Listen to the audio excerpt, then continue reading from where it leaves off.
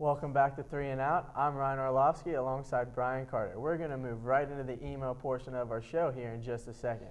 If you want to see your questions, comments, or suggestions aired, send us an email at 3andoutsports@gmail.com, and we just might put it on the air. And it's worth a free pen. Can't beat that. All right, let's go with our first email. Go ahead. First email is from Jason. Ryan, what do you think about Sidney Crosby getting the most NHL All-Star votes of all time? I think this is great for the game of hockey. You know, Sidney Crosby, 21-year-old kid, as the poster child for the NHL now. Sid the Kid is worthy of these votes. To this point in his career, he has 353 points. This is only three and a half years into his career. He's putting up Wayne Gretzky and Mario Lemieux type numbers. They call him the Wizard of Cross for a reason because he's magic on the ice. He really is. He's a sight to watch. Yeah, the only thing I know about that whole, I saw that email, and the only thing I really saw is that he passed Jaromir Jagr, which is pretty ironic because he was playing for Pittsburgh as well. So I guess that's really the only thing I could see on there that was worth talking about. Next email is from Michael. It says, do you think that Florida could beat the Lions? Well, that's a pretty cute question. You hear that a lot. It's deceiving, but I mean, come on, the Lions, yes, they are perfectly 0-16 after this horrific season. Florida was the national champions, but I mean, let's be realistic here. The Lions are still professionals, and that each one of those players would dominate the game of college football. So it's cute to think that maybe that the best college team could pull off an upset like that, but it really wouldn't happen. It might be relatively close, but the Lions would definitely destroy them. It's a game I still love to see play, though. It would be pretty interesting to see, especially if Culpepper was quarterbacking for the Lions. Next email is from Cody. He says, can you guys please explain the deal with Darius Miles? Would you sign him anyways? What do you think about the Darius Miles situation? Well, I think Darius Miles showed a little bit of promise against Al Jefferson earlier this year. I mean, I think he could definitely play somewhere, maybe not in the NBA, but maybe somewhere in Europe. I mean, but all in all, this deal, the 10-day deal, it's absolutely ridiculous.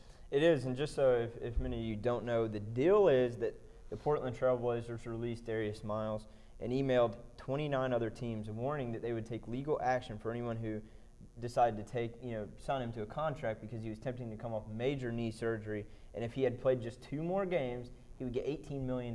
That's a lot that would leave Portland on the hook for. So they didn't want anyone to take them up just for 2 games. And the Grizzlies ignored the warning and signed him to the 10-day deal.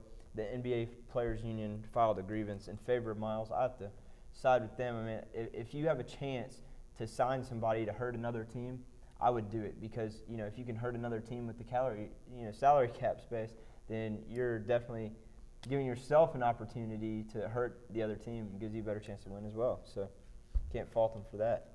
All right, well, this next email is from Sam. How in the world does a team beat the #1 team in the nation and then lose to an Ivy League school like Boston College did? Well, Brian mentioned this last show, and that's after you beat a #1 team, you get a giant bullseye on your back. So BC, I mean, everybody wanted to beat them, and Harvard did. They underestimated Harvard. They were too relaxed going into that ball game, and they ended up losing 82-70. It was, but, like you said, I mean, they got up for the game. The biggest thing was that they went into Chapel Hill and won that game against UNC. Yeah. That was a big deal. But that was Harvard's first win ever, top 25 ever. It was pretty unreal, but very, very, very shocking. Next email.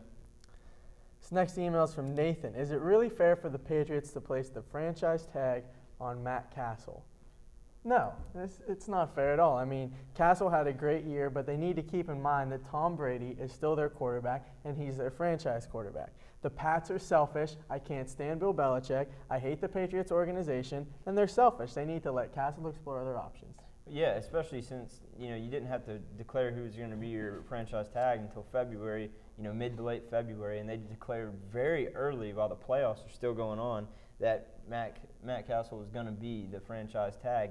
And I agree, it's not fair, but at the same time, I do hate the Patriots, but you have to look at it from their point of view. When you have a guy, they know now that he's big, strong, athletic, very good quarterback, he throws good, he knows when to run, he's a very good quarterback, and everyone knows that at this point. So no one coming out of the draft that's as good as he is now, even Stafford, that you don't want to just let him go as a free agent because the Patriots do have to protect that. Yeah, it's almost like you don't want another team to get him. Yeah. He could turn around and beat you anyway. So basically it's not fair, but you kind of can't blame him at the same time.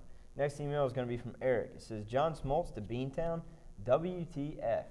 Well, My only comments on that is I got to side with John Smoltz on that. I've actually had the chance to meet Smoltz a few different times, but he had a great career in Atlanta, 21 years, 210 wins, 154 saves.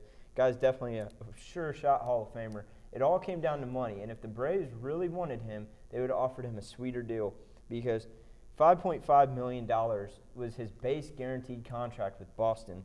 Plus incentives. Yeah, plus $5 million in incentives. You know what the Braves were offering? Just $2 million guaranteed and $8 million in incentives. So yeah, it ended up being basically the same. But you know what his incentives were with Atlanta? To start 30 games and pitch 200 innings. And a guy coming off a major elbow surgery, it's just not fair. It's not realistic. It's not even realistic. So you got to go with John Smoltz, and he said there's no hard feelings with him and the Braves. But I got to side with John Smoltz on that. Yeah, after 21 years, though, it's tough to see. Tough to see him leave Atlanta. It is. Our last email is from Matt Curtis. Says, is Joe Cox going to be the savior for Georgia the whole year like he was with Colorado next year? What do you think about Joe Cox? It's going to be tough for him to step into the shoes of Matt Stafford, who's leaving to go to the NFL. But he wouldn't be at Georgia if he wasn't the real deal. If he didn't have something going for him. I mean, you saw what he did against Colorado, and I don't think that was a fluke. I mean, in his career, 5 touchdowns, 1 interception, 144.5 rating. So he's shown on numerous occasions, coming in late in ball games and in that Colorado game, that he can get it done. I don't think there's a need for Georgia fans to worry just yet. But these are big shoes to fill. So, I mean, I agree, but like as you said, in limited time this year, he was 11 of 15 passing for 151 yards and 2 touchdowns in limited time this year. 31-0 as a quarterback in high school, though. I looked up his high school numbers just to see how good this guy actually was, and he really was pretty much a 5-star quarterback coming out, one of the top prospects in the country coming out of high school. Took his team to 4 straight state championships. So, I mean, in high school, 2 MVP awards. He definitely fits the bill to be a Georgia quarterback. It's going to be interesting to see if he'll really get a fair shot because it just depends on what the recruiting class looks like this year for Georgia. So we'll just have to wait it out and see. But he should be a great quarterback, and I'd say even better than the last quarterback Georgia had in DJ Shockley prior to Matt Stafford. Yeah. And now it's time for our Gutterball fact. For this show, it is that an obese gambler was booted from a New Jersey casino for body odor. What do you think? Good story, I guess. I mean, I guess I can see that distracting to some of the blackjack players and the old ladies on the slot machines. But, I mean, I don't really know if you can kick someone out for the way they smell. But sure you can. I mean, take out the obese part. I think that was kind of, it didn't really need to be said. But, what a year. I don't know.